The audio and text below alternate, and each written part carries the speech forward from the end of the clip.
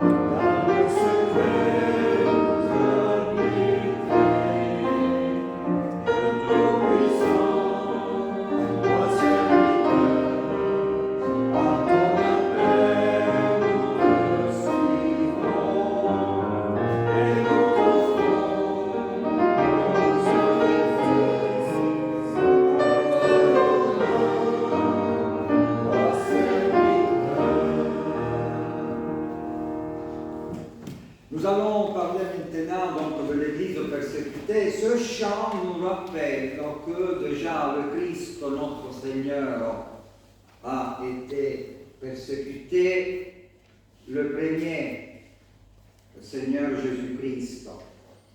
Et cela nous ouvre à la communion avec tous nos frères et sœurs qui sont dans la détresse et dans la persécution. Mais nous savons que la dernière parole n'est pas donnée à la mort, mais à la vie. Le tombeau est vide. Alors, dans cette dialectique, nous sommes en communion avec le douleur sur cette terre, mais nous sommes aussi porteurs d'espérance, porteurs de résurrection, porteurs de vie et de vie en abondance. Amen. Alors j'invite Robert à venir ici.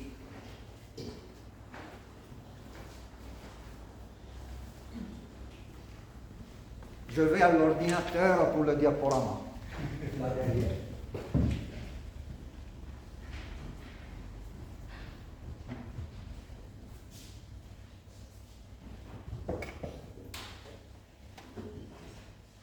Gloire à Dieu. Alléluia. Avant de voir deux vidéos qui suivent, je on s'arrête un instant sur la photo qui est derrière moi, sur l'affiche. Le titre peut paraître provocateur. Mettre fin à la violence grâce au pouvoir de la prière. Dans tous les cas, ce titre, il a au moins un mérite, celui d'interpeller et d'amener à une saine réflexion. Il est possible de valider cette affirmation d'un revers de la main et de dire, ou de dire, mais monsieur, chers frères, l'Ukraine, le Moyen-Orient, la violence dans notre pays, en France, les coups de feu qui partent à Poitiers, il n'y a pas si longtemps que ça, dans notre ville, qu'est-ce qu'on fait? La violence n'est pas nouvelle, que je sache. Le livre de la Genèse nous parle dès le chapitre 4 de cette violence, avec Caïn et Abel. Caïn qui a tué Abel parce qu'il était jaloux. Enfin, Caïn qui a tué Abel parce qu'il était jaloux.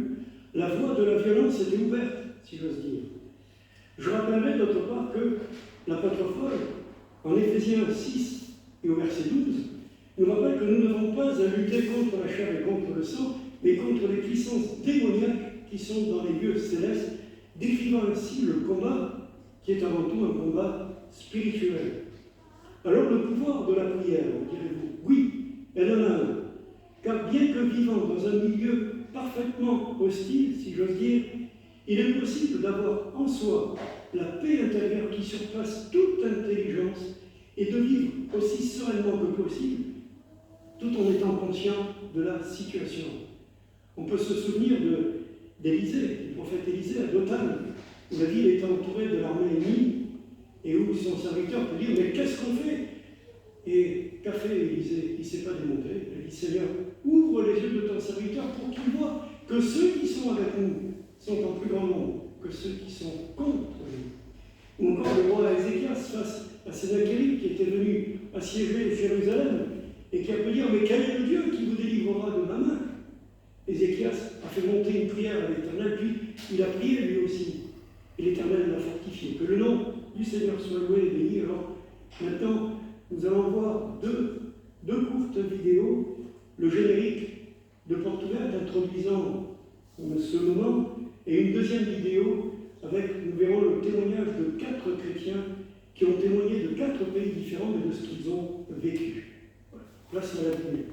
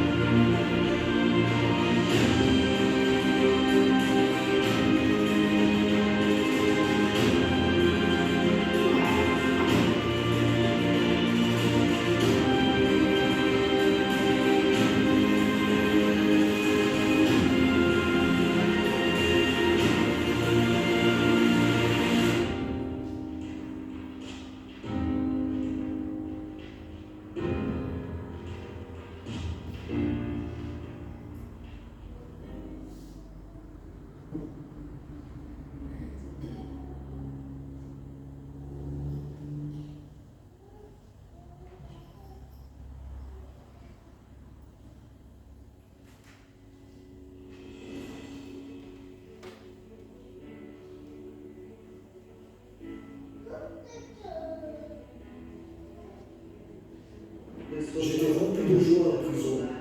Je sentais les prières qui m'entouraient. Je le percevais. Tant de personnes qui priaient pour moi.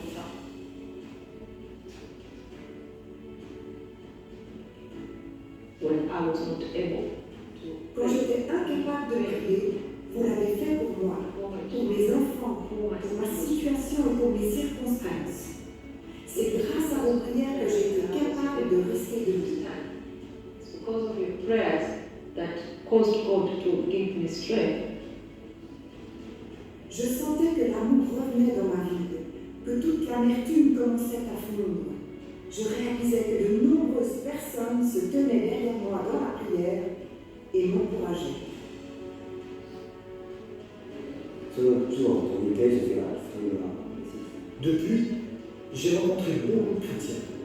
Ils m'ont dit avec les larmes aux yeux qu'ils prient pour la Corée du Nord ou pour ceux qui fuient. Et c'est là que j'ai compris comment j'ai pu survivre jusqu'à aujourd'hui. C'est uniquement par leur prière.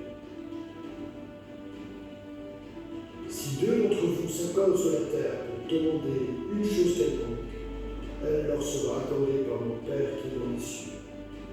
En effet, là où deux ou trois sont rassemblés en mon nom, je suis au milieu d'eux.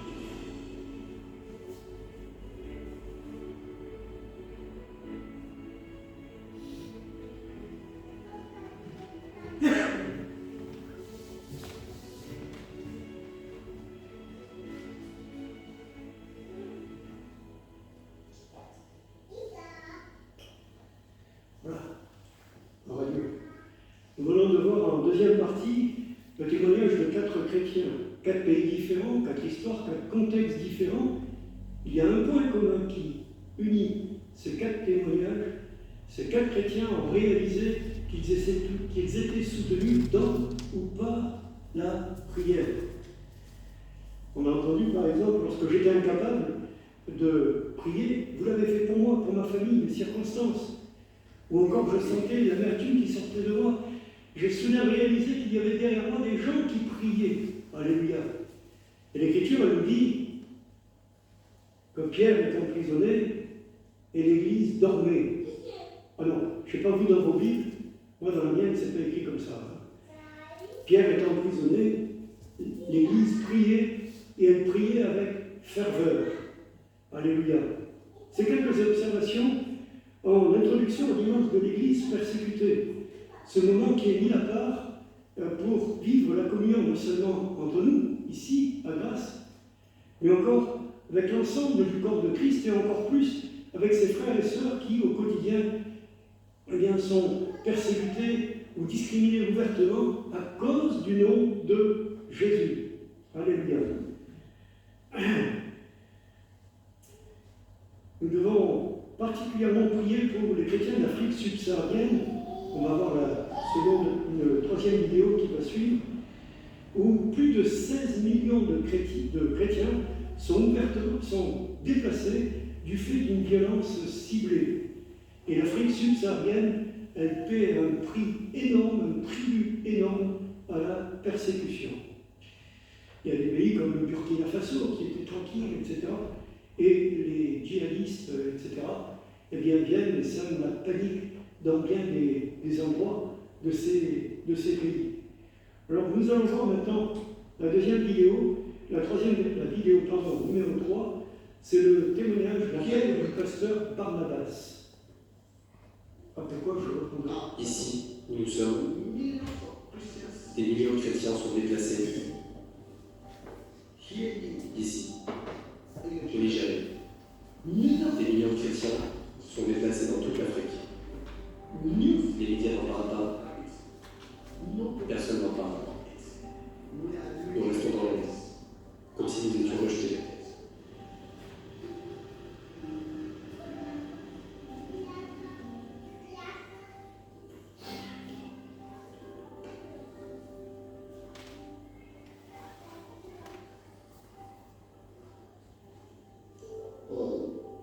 Voici où nous vivions, dans un camp de réfugiés. Depuis 4 ans, bientôt 5. Chacun de ceux que vous voyez ici, nous sommes tous chrétiens, et nous sommes déplacés à cause de la violence.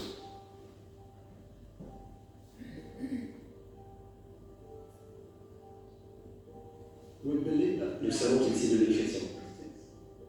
Quand ils nous attaquent, ils nous appellent Kaparis, ceux qui n'ont pas Donc cela nous rend inférieurs. Ils attaquent uniquement les chrétiens. J'étais au champ avec mon frère et ma belle-sœur. Nous travaillions quand nous avons entendu des bruits de tir. Nous ne savions pas ce qui se passait. De là, nous avons commencé à demander qu'est-ce qui s'est passé. Ils ont dit nous devons fuir, nous devons fuir. C'est à ce moment-là que mon frère a été abattu et tué par les militants. Et la femme de mon frère a également été abattue et tuée à la machette par les combattants qui nous ont attaqués.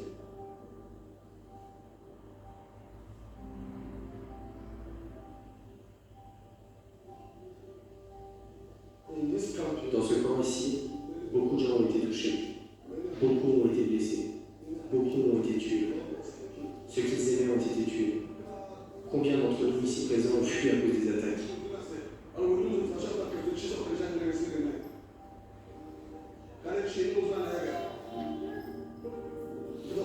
Levez la main si vos enfants n'ont pas pu aller à l'école.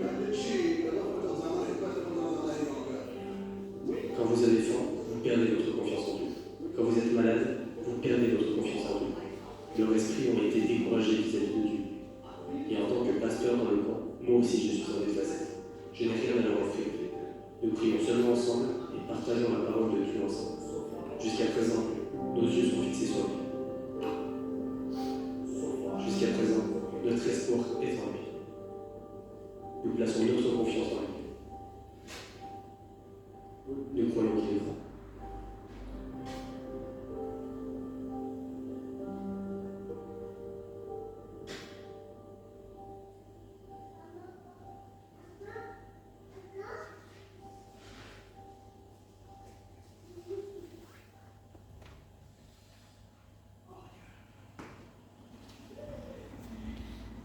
Voilà. Alors, face à toute cette violence, tous ces appels à la prière, eh bien, j'ai eu l'idée, lorsque j'ai eu le thème qui était proposé par Porte Ouverte, de reprendre la prière des Huguenots. On l'a déjà prié, enfin on l'a déjà lu, au moins une reprise ici, et j'ai demandé à notre ami Fabien Betch de bien vouloir me seconder dans cette tâche. En fait, j'annoncerai un ou deux sujets de prière, un ou deux pays, et puis donc Fabien interviendra pour lire la prière des Huguenots. Et ensuite, l'Assemblée, c'est-à-dire vous qui êtes ici, si vous le souhaitez, eh bien vous pourrez répondre, oui Seigneur, donne-moi de ne pas me relâcher dans la prière et dans l'action pour nos frères et sœurs persécutés à cause de ton nom.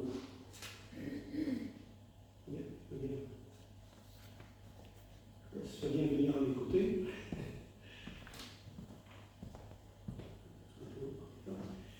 Voilà, donc le premier sujet, eh bien, ça concerne les prisonniers. C'est l'Algérie.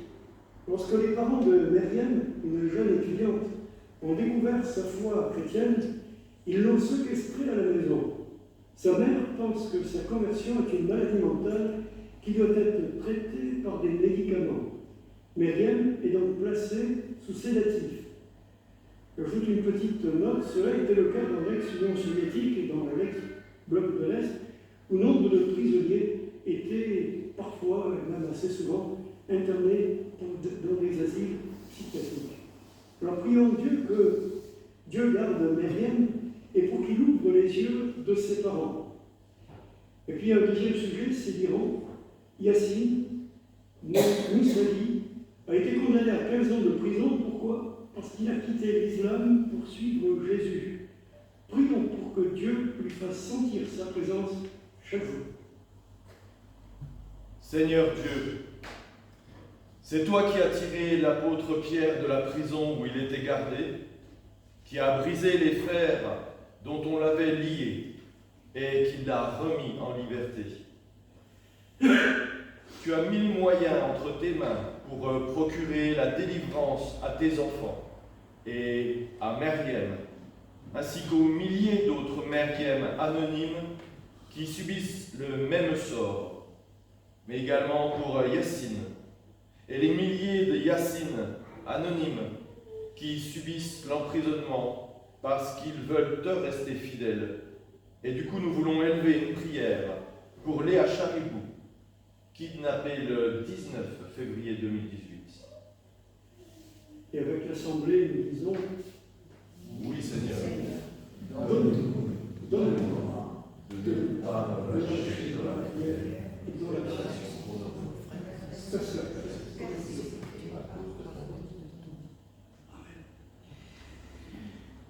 Deuxième sujet, c'est la souffrance et la maltraitance. L'Afrique subsaharienne dont il a été question, le nombre de chrétiens exposés à une violence ciblée augmente sans cesse. Leur situation critique est bien souvent ignorée du reste du monde. Alors, prions pour la sensibilisation et une prise de conscience des acteurs étatiques, des médias et de l'Église mondiale, afin d'agir en faveur des chrétiens persécutés. Prions également pour que le Seigneur nous montre ce qu'il est possible de faire en ce sens. Seigneur, vois tous ceux qui souffrent pour toi et déploie en leur faveur la force de ton bras invincible. Entends les cris de ceux qui sont maltraités pour leur foi, ceux qui reconnaissent en ton Fils bien-aimé leur Seigneur, leur intercesseur et leur avocat. Et nous voulons prier particulièrement pour les chrétiens d'Afrique subsaharienne. Avec l'Assemblée, nous disons Oui, Seigneur, donne-moi de ne pas me lâcher dans la prière et dans de la l'action pour nos frères et sœurs persécutés. Il y a un troisième sujet, après quoi il y aura un chant qui coupera. Troisième sujet, évangéliser, guérir, délivrance des captifs dans les chaînes. Le Cameroun, les enfants, les adolescents confrontés à la violence sont souvent négligés et risquent d'être enlevés, recrutés et radicalisés par les groupes armés. Prions Dieu d'équiper l'Église afin que ces jeunes soient encadrés, protégés et délivrés des chaînes du terrorisme. Il y a également le Burkina Faso. Deux jeunes filles de 13 ans, Sénou et Kombari, ont fui avec leur famille lorsque les extrémistes ont attaqué leur village. Elles ont dû abandonner l'école, mais grâce à votre soutien, au soutien des églises et des donateurs, leurs familles ont reçu l'argent nécessaire pour reprendre leur scolarité. Alors, prions pour un avenir plein d'espoir pour ces jeunes filles et pour les milliers d'autres jeunes filles qui sont, hélas, dans leur cas. Seigneur Jésus, ton Père t'a envoyé pour évangéliser les pauvres, pour guérir ceux qui ont le cœur froissé, pour publier la délivrance des captifs. Dis toi-même à ceux qui sont liés de chaînes, et particulièrement des chaînes du terrorisme, sortent, et de ceux qui sont dans les ténèbres, debout, je suis à vos côtés. Avec l'Assemblée, nous disons Oui, oui, Seigneur, donne-moi de ne pas me relâcher dans la prière et dans l'action pour nos frères et sœurs persécutés entre nous. il y a un chant qui est prévu.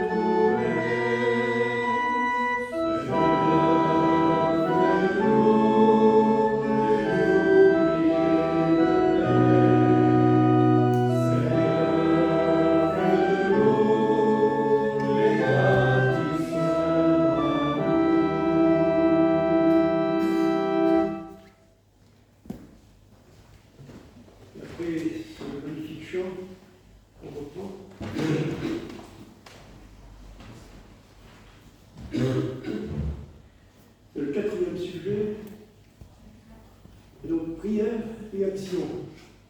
Prions pour une sensibilisation et une prise de conscience des acteurs étatiques, des médias et de l'Église mondiale afin d'agir en faveur des chrétiens persécutés. Cette prise de conscience doit avoir lieu ici et maintenant, selon qu'il est écrit aujourd'hui. Si vous entendez sa voix, n'endurcissez pas vos cœurs. Esprit Saint, à moi ton serviteur et à toute l'Église, dans la liberté, donne-nous de ne pas nous relâcher dans la prière et dans l'action pour tous ceux qui sont persécutés, emprisonnés, interdits de parole comme les femmes en Afghanistan, de liberté de conscience et de culte.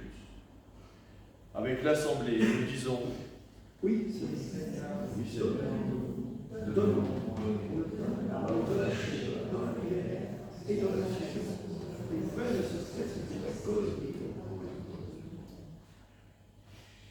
Le cinquième et dernier sujet, c'est le combat pour la liberté. Alors là, pour le coup, c'est pas l'Afrique, c'est l'Inde. Après des élections moins défavorables aux chrétiens, ceux-ci commencent à voir des décisions de justice évoluer positivement. Dans l'État d'Uttar Pradesh, par exemple, la Cour suprême a estimé que la loi anti-conversion pourrait violer le droit constitutionnel des personnes à la liberté de conscience et de croyance. Alors, continuons à prier pour que les chrétiens vivent leur foi plus librement. Seigneur, pour le combat pour la liberté, la justice et la vérité, en toutes circonstances, que la haine et la violence ne l'emportent pas sur ton amour et ta paix.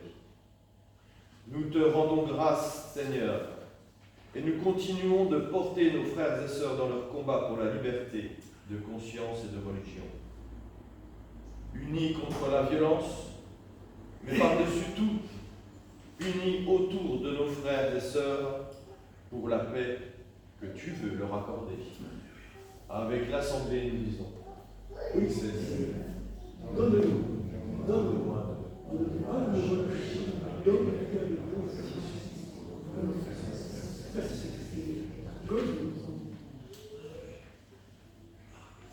merci, Fabien. Avant d'aller plus loin, nous allons voir une dernière vidéo. C'est le témoignage d'Anne-Florence Roche, qui est actuellement directrice de la communication à portes ouvertes. Alors, il s'agit d'un témoignage de ce qui est appelé persécution marteau. Et nous avons là un exemple typique, si j'ose dire, d'une rare, j'aimerais mettre ce mot rare en exergue, souhaiter qu'il soit vraiment rare, et bien que ce témoignage vient d'une rare violence. Alors, nous allons voir la vidéo, mais avant de voir la vidéo, j'aimerais que vous gardiez présent à l'esprit l'histoire de ces trois jeunes Hébreux qui étaient face au roi Nebuchadnezzar, qui lui fait ériger une statue d'or dans la plaine de la Dura, et il était ordonné à tous les peuples, à toutes les nations de se prosterner. Et ces trois Hébreux, ils ont refusé. Ils ont été amenés au roi, il y a un dialogue très dur qui s'engage avec le roi, et le roi va leur dire, mais quel est le Dieu qui vous délivrera de ma main? Quel est le Dieu d'un air cynique ou d'un air tout ce que vous voudrez? Que répondent les trois jeunes Hébreux? On ne répondra pas là-dessus. Roi.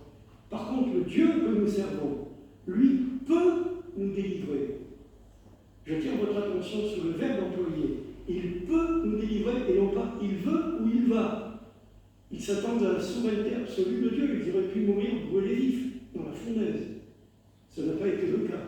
Vous connaissez certainement l'histoire beaucoup mieux que nous. Maintenant, nous allons voir le témoignage et j'interviens tout de suite. Qui demande relis-tu la foi, etc. Puis ils se font abattre sous ses yeux. Et tu disais cette part, mais comment vivre ça? Et moi, je suis rentré chez moi, franchement, j'étais pas bien. J'étais pas bien à cette interview. Et je parlais avec ma femme, je disais, voilà, comment on peut vivre ça? Ça, c'est ce que tu côtoies au quotidien, c'est des situations que tu connais. Et ça nous amène vraiment à réfléchir à cette question fondamentale, comment un Dieu qui nous aime permet que de telles choses arrivent. Et c'est une question que nous, en équipés de portes ouvertes, on n'a pas le choix que de vraiment travailler dessus. Mais le fait de les fréquenter, de voir ce qu'eux en disent, et comment eux ne sont pas en colère, et comment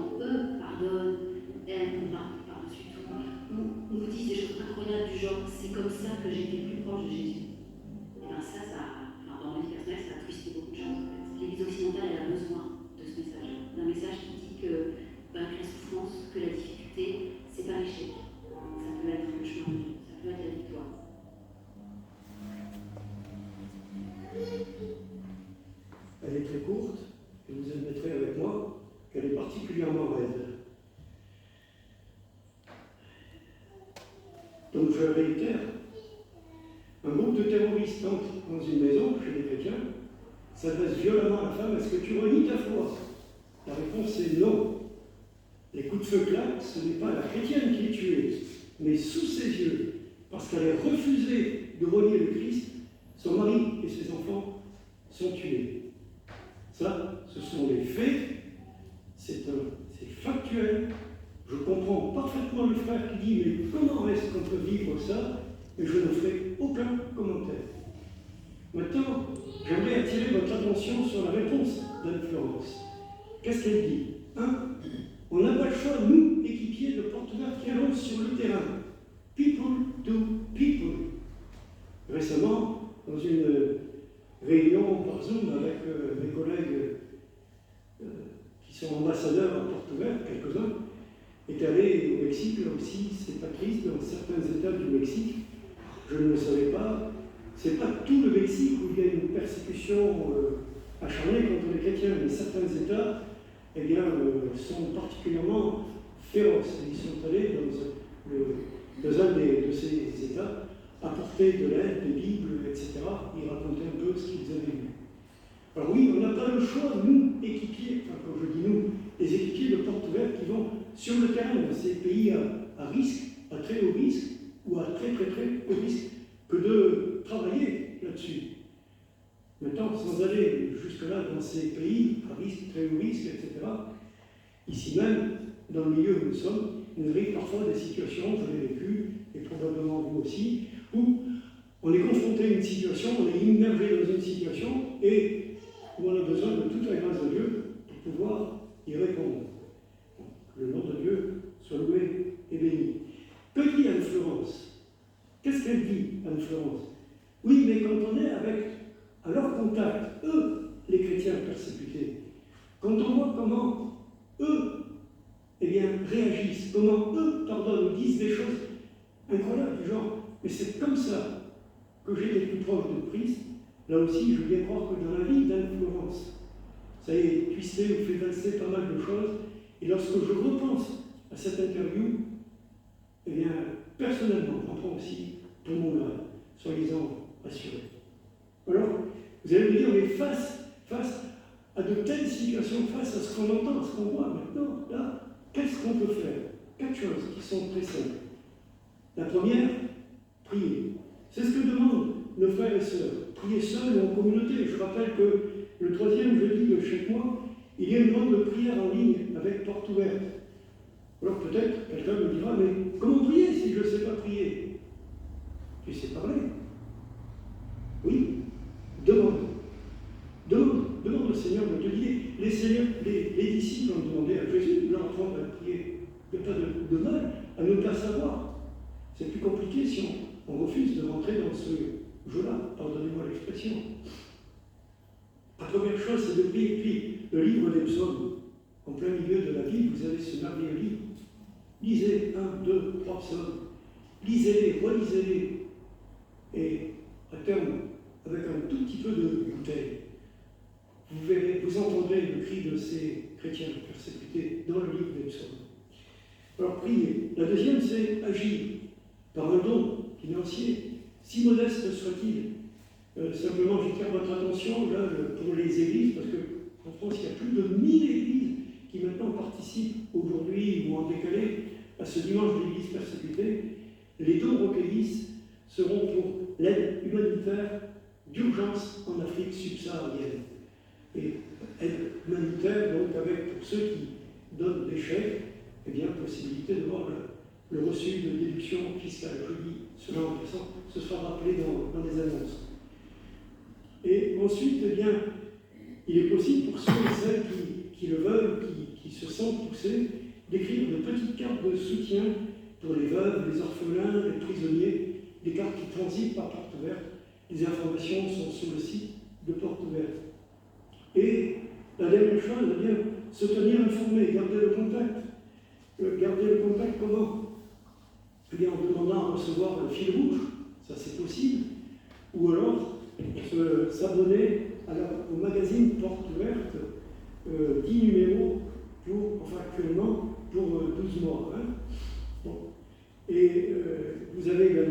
l'index mondial de persécution. Je signale que sur la table de publication, il y en a deux. Ce sont pas des invendus, ils sont soldés au prix de 5 €.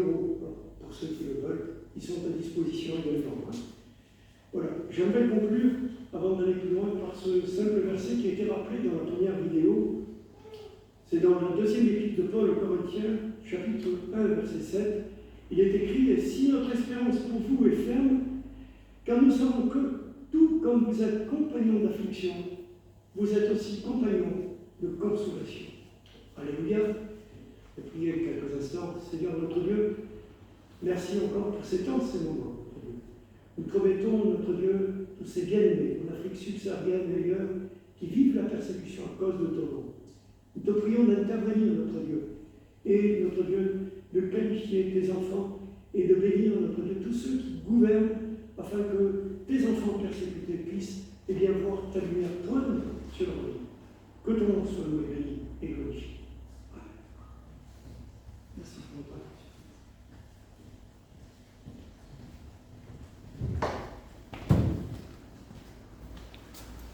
Merci Robert pour cette animation autour d'un sujet vraiment essentiel pour la communion chrétienne.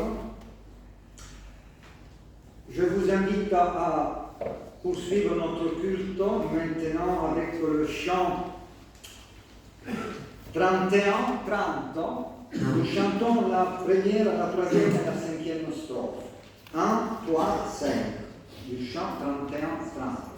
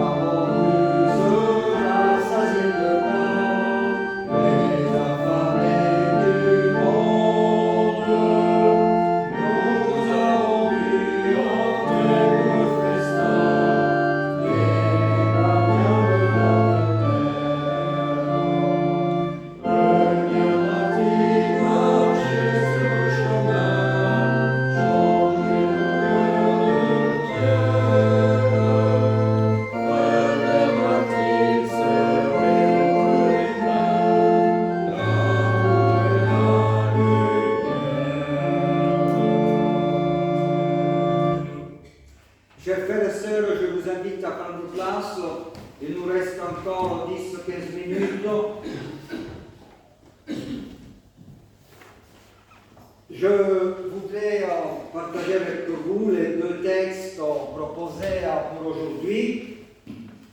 Et je donne la lecture, je choisis un peu au hasard. Sorel, si tu pourras lire ça, s'il te plaît, bienvenue. Et Fabien, dans l'évangile de Marc, je t'appellerai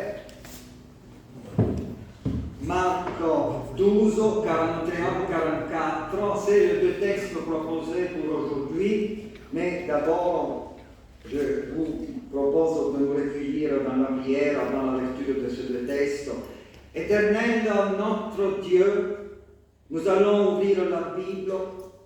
Accorde-nous ton esprit maintenant, ton esprit maternel et créateur. Que ces mots anciens te révèlent aujourd'hui à nous qui désirons vivre un disciple de Jésus, le Christ, notre frère. Que ta parole se lance, nous rassemble et nous transforme. Amen. Alors, chers frères et sœurs, la première lecture se trouve dans le premier livre des Rois. Et merci Joël pour cette lecture.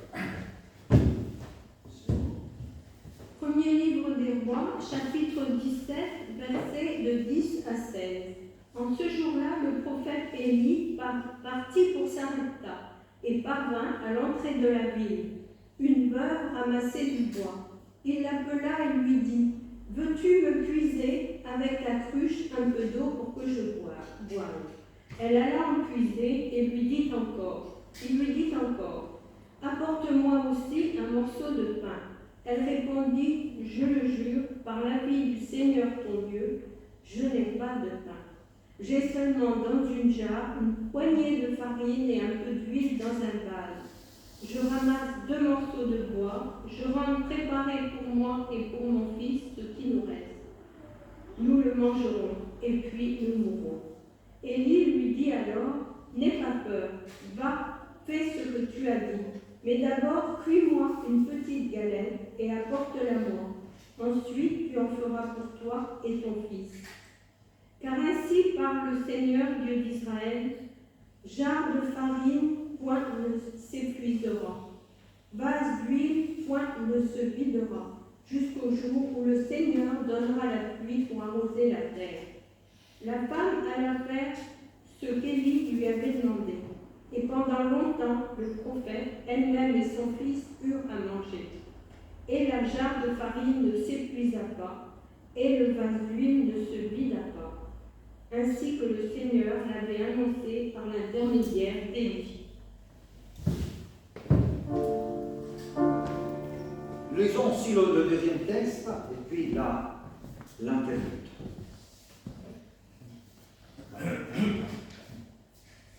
Marc chapitre 12, versets 41 à 44. Jésus s'étant assis en face du tronc, du lieu de collecte, il regardait comment la foule y mettait de la monnaie de bronze. Nombre de riches mettaient beaucoup. Vint aussi une pauvre veuve qui mit 2 leptes, valant un quadrant. Je ne suis pas sûr de pouvoir faire la conversion en monnaie actuelle, mais manifestement c'est peu. Alors il appela ses disciples et leur dit : Amen, je vous le dis, cette pauvre veuve a mis plus que tous ceux qui ont mis quelque chose dans le tronc. Car tous ont mis de leur abondance, mais elle a mis de son manque tout ce qu'elle possédait, tout ce qu'elle avait pour vivre.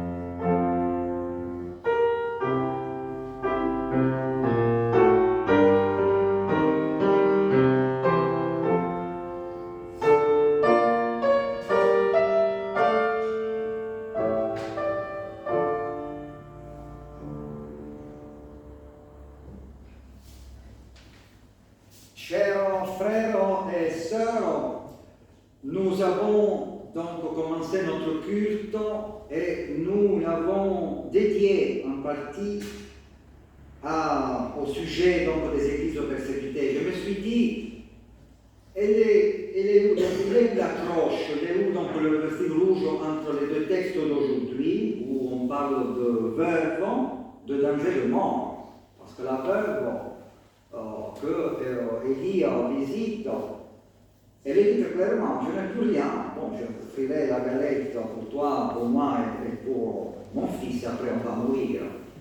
Donc vous voyez des textes où il est question de misère, où il est question de danger de mort, où il est question des derniers de la terre.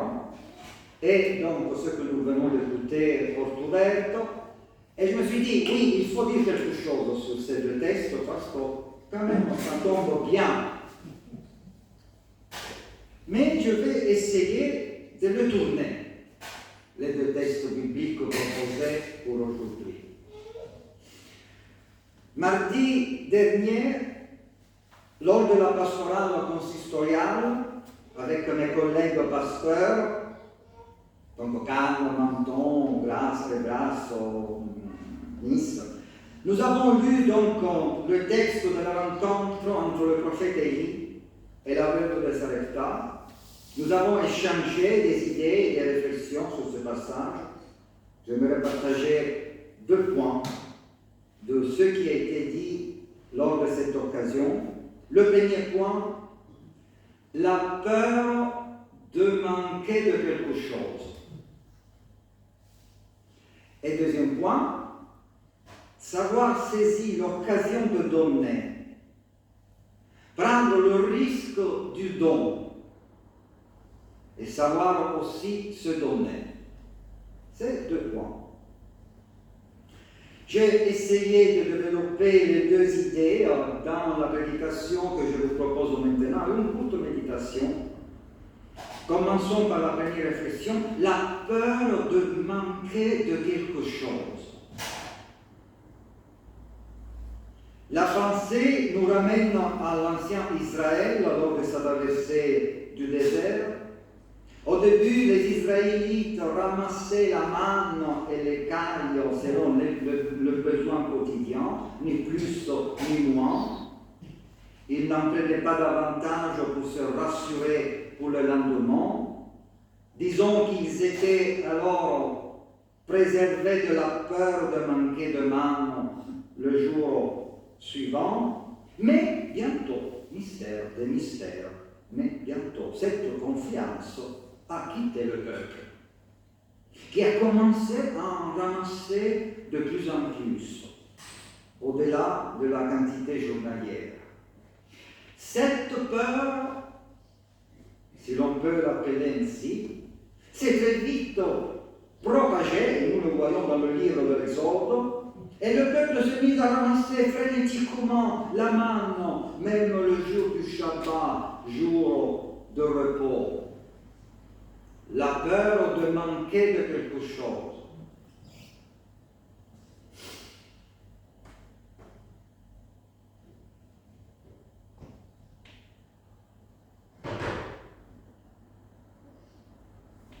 Même le jour du repos, ils ont commencé à ramasser.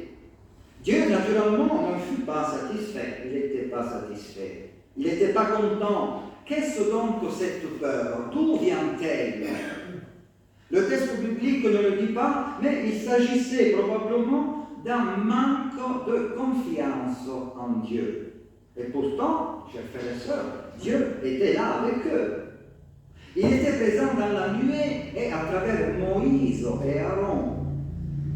Il n'avait pas abandonné le peuple, mais celui-ci commençait à perdre confiance en sa propre sécurité et ramasser autant que possible pour se mettre à l'abri. Il y a un verset dans le livre du Deutéronome où Dieu, face à cette incertitude du peuple, face à ce péché, fait un bilan pour aider Israël à croire.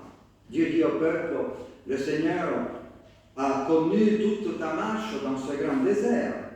Voilà 40 ans que le Seigneur, ton Dieu, est avec toi. Tu n'as manqué de rien. Regarde derrière toi ces 40 ans. Tu n'as manqué de rien. Et peut-être que si nous nous posons cette question, regardons derrière ma vie, derrière mon passé, 53 ans, est-ce que j'ai manqué de quelque chose? Posons-nous cette question. À chacun la réponse.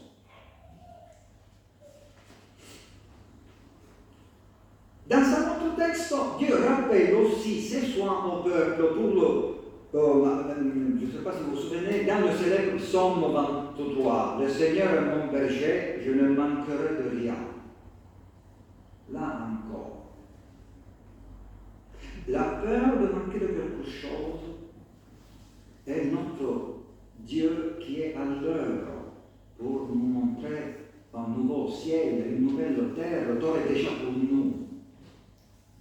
Le psaume 34 développe également ce thème lorsqu'il dit « Goûtez et voyez combien le Seigneur est bon. Heureux l'homme qui trouve refuge en lui, car rien ne manque à ceux qui le craignent. » Le psaume 34.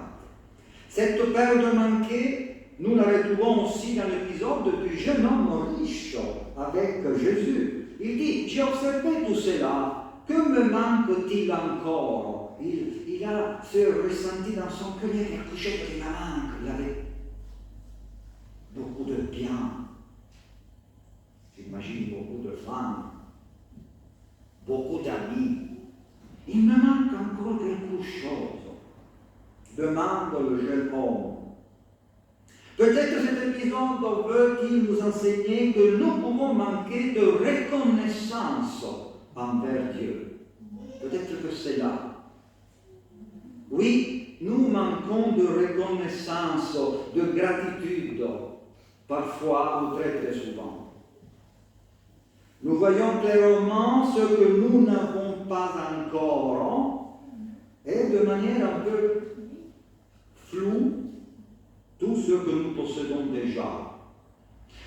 Nous voyons clairement ce que nous aimerions avoir, ce que nous pourrions perdre aussi, ça nous le voyons très clairement, mais ce que nous avons avec nous, auprès de nous, nous avons du mal à le voir clairement.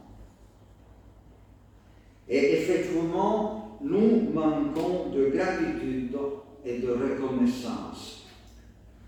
L'épisode d'Adam et Ève, auquel rien ne manquait, puisqu'ils vivaient dans un paradis, finalement. Alors, cet épisode-là va dans la même direction. L'Écriture attire notre attention sur l'importance de la reconnaissance et nous invite à nous ouvrir à Dieu pour lui dire qu'il est généreux, permettant ainsi à Dieu d'être Dieu, notre Père céleste, et à nous de rester ses créatures bien-aimées. La gratitude est très importante et rétablit dans sa juste position le Créateur, notre Seigneur, et nous, la créature. Et en second lieu, l'Écriture veut nous ouvrir aux autres aussi, pour leur dire que nous avons aussi reçu beaucoup de nos amis, beaucoup de ceux qui nous ont accompagnés dans le passé ou qui nous accompagnent maintenant. Prenons un moment pour penser à tout ce que nous avons reçu des autres. Pensez à tout ce que vous avez reçu par quelqu'un ou par un million de personnes. Élie a reçu beaucoup de la veuve de Sarepta. Et la veuve de Sarepta a reçu beaucoup d'Élie. Pensons également à notre propre histoire. Oui, nous avons beaucoup reçu des autres. Nous l'oublions souvent. Pourquoi? Parce que nous croyons que tout nous est dû. Nous pensons que tout ce que nous avons vient de nos efforts, de notre travail, de nos talents, de notre intelligence et de notre bonne étoile. Mais croire cela signifie vivre dans le monde encore à la manière de l'ancien monde, de l'homme vieux, de l'homme qui se place lui-même au centre et qui relègue Dieu dans son coin ou dans un conte pour enfants. Le monde nouveau auquel nous appartenons par la foi en Christ, c'est que Dieu a tout donné. C'est ça la différence entre le vieux monde, le vieux homme et le nouvel homme. Dieu a tout donné, Dieu a donné son Fils. Et son Fils a aussi tout donné. Il a donné sa vie. Nous aussi, donc, nous pouvons tout donner, c'est-à-dire vivre la gratitude. Il ne nous est pas demandé de donner notre vie. Le Christ l'a fait à notre place. Nous sommes maintenant dans la liberté de pouvoir simplement tout donner, oui, tout donner, c'est donner. À toi seulement, Seigneur, toute la gloire. Vivre la gratitude, la reconnaissance, la confiance, la louange à Dieu et à Dieu seul. Et j'en viens maintenant au second et dernier point qui dure 3 secondes. Apprendre à donner. Apprendre à donner. Pourquoi est-il important d'apprendre à donner? Parce que le partage ouvre la porte au miracle. Vous vous souvenez de l'épisode de la multiplication des pains et des poissons. Du don naît un miracle. Nous l'avons lu aussi dans le livre du premier livre des rois, avec l'histoire de la veuve de Sarepta. Cette main ouverte qui distribue cette victoire sur la peur de manquer de quelque chose produit un miracle. Et quel est ce miracle? C'est que tous les présents, tous les acteurs d'une petite histoire commune furent rassasiés. Tous mangèrent et burent en abondance. J'ai cherché dans la Bible le mot don, et j'ai trouvé qu'il existe de nombreux dons que les hommes s'échangent entre eux. Pensez par exemple à Jacob qui fait un don, prépare un don pour son frère Ésaü avant de le rencontrer. Il prépare un don, peut-être je veux le calmer, avec un bon don, mais il y a aussi Dieu qui fait des dons. Le Nouveau Testament dit particulièrement que Dieu donne. Et j'ai trouvé que Dieu donne l'Esprit Saint, on le dit. Il donne la grâce, il donne la vie éternelle, dit l'Écriture. Le don de la grâce, le don de Dieu, c'est la vie éternelle dans Jésus-Christ. Dieu donne aussi sa parole. Et même l'épître de Jacques dit que tout don excellent, tout présent parfait vient d'en haut. Donc il est aussi l'origine de tous les dons. Il n'y en a pas trop, mais il y a l'essentiel, il donne le Saint-Esprit, il donne la grâce, il donne sa parole. Et tout le don important vient de Dieu. Extraordinaire, la sobriété, mais quand même c'est l'essentiel. Et donc, chers frères et sœurs, par la foi en Christ, nous rentrons dans la dynamique du royaume où l'Esprit de Dieu chasse la peur de manquer de quelque chose et crée toutes choses nouvelles. Amen.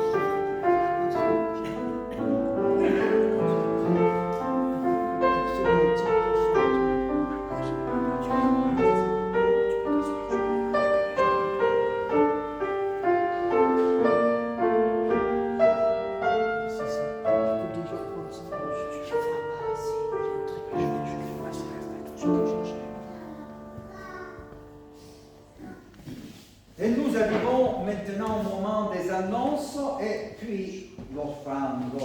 D'abord, les annonces. Il y a un cantique, ouais.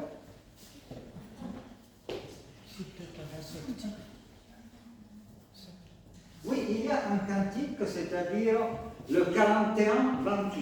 À la page 600. Page 600.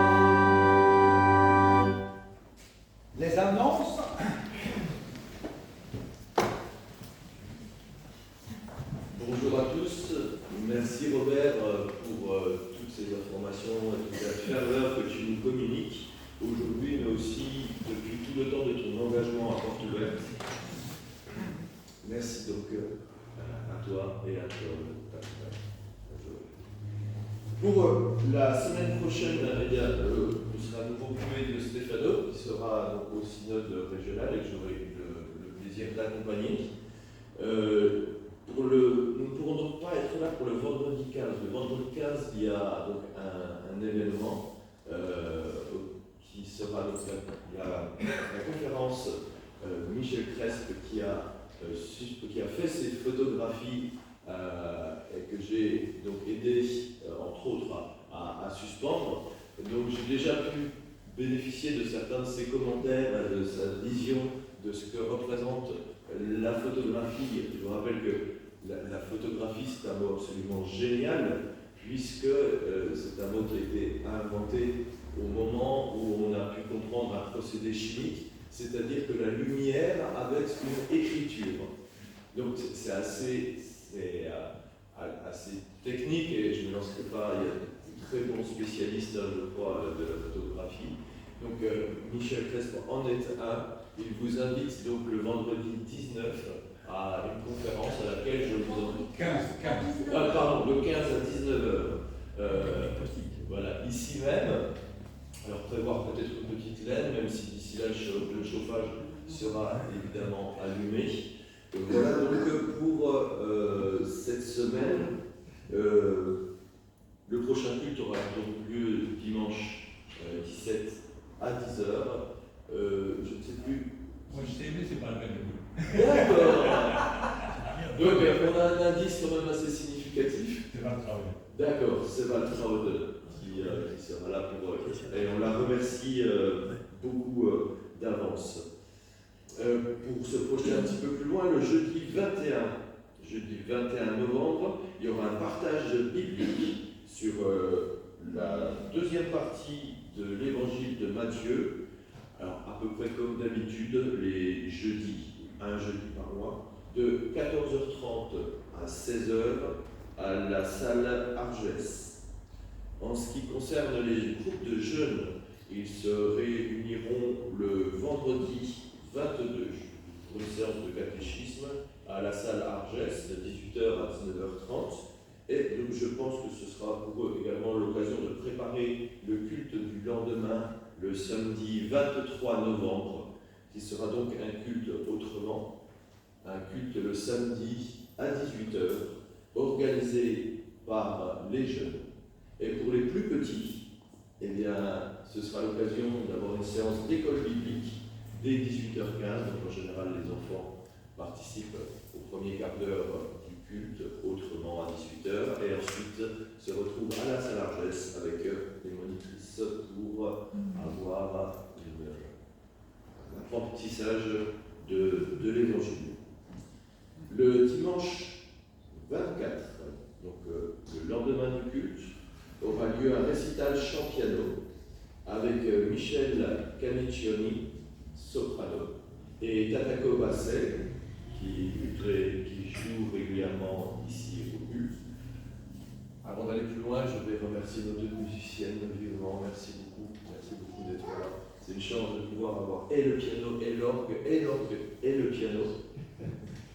Et donc, Takako qui jouera avec cette chanteuse des œuvres de Handel, Schubert, Puccini, Verdi. Ce concert est organisé par les amis de la chapelle Victoria à 17h, donc le dimanche 24 novembre.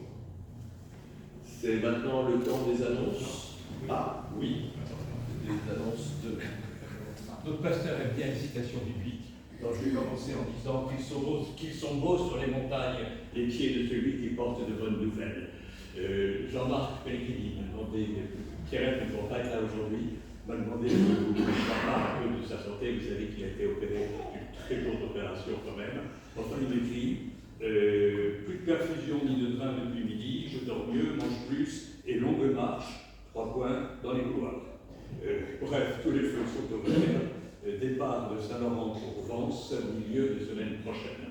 Donc, à partir de la deuxième moitié de la semaine prochaine, il sera à la maison du mineur, maison pour convalescence à Vence. Voilà. Donc, bien, maintenant, il faut qu'on nous le répare pour qu'il revienne. Avant que tu dises quelque chose sur l'offrande, je voulais vous faire part du décès de Henri, le mari de Madame Dalmas, qui est ici avec nous ce matin. Et les obsèques ont lieu samedi prochain au crématorium de Cannes à 14h. J'aurai le plaisir de trouver un petit créneau, j'y tiens, pour accompagner la famille samedi prochain à 14h au crématorium de Cannes. C'est le moment des offrandes, donc nos offrandes seront partagées avec l'association Porte Ouverte. Si vous avez besoin d'une écriture pour faire votre don, c'est-à-dire un chèque, merci donc de distinguer éventuellement ou de le doubler si vous le souhaitez. Merci à vous et merci encore à toi, Robert. Les chèques à l'ordre de Porte Ouverte. Oui. Et quoi qu'il en soit, donc, tu veux rappeler aussi les coordonnées du site internet afin de pouvoir retrouver en masse toutes les informations que tu as voulu partager. Alors c'est www.porteouverte.fr. Voilà, on a des robots qui fonctionnent très bien pour retrouver. Merci à vous.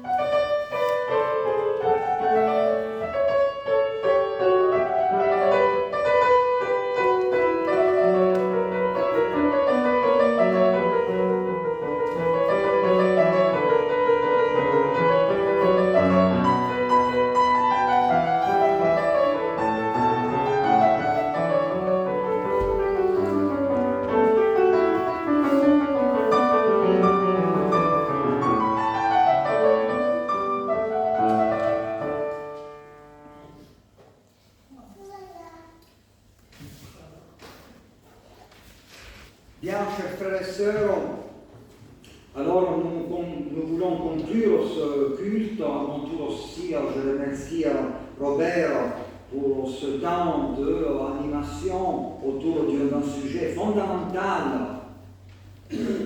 celui donc de la communion entre chrétiens sur cette belle planète. Merci Sylvie, merci Elisabeth. Je vous invite à vous lever. Nous disons le Notre Père ensemble, la prière d'intercession nous a porté ce matin d'une manière très concrète. Nous portons les noms évoqués ce matin dans ce temple, dans notre cœur. Et lors de cette semaine, nous sommes vraiment invités à faire partie de cette belle communion qui élève au Seigneur la prière d'intercession pour tous ceux qui sont persécutés par leur foi. Notre Père qui es aux cieux, que ton nom soit sanctifié, que ton règne vienne, que ta volonté soit faite, sur la terre comme au ciel. Donne-nous aujourd'hui notre pain de ce jour. Pardonne-nous nos offenses, comme nous pardonnons aussi à ceux qui nous ont offensés. Et ne nous laisse pas entrer en tentation, mais délivre-nous du mal. Car c'est à toi qu'appartiennent le règne, la puissance et la gloire pour les siècles des siècles. Amen. Il y a une parole d'envoi, la voici.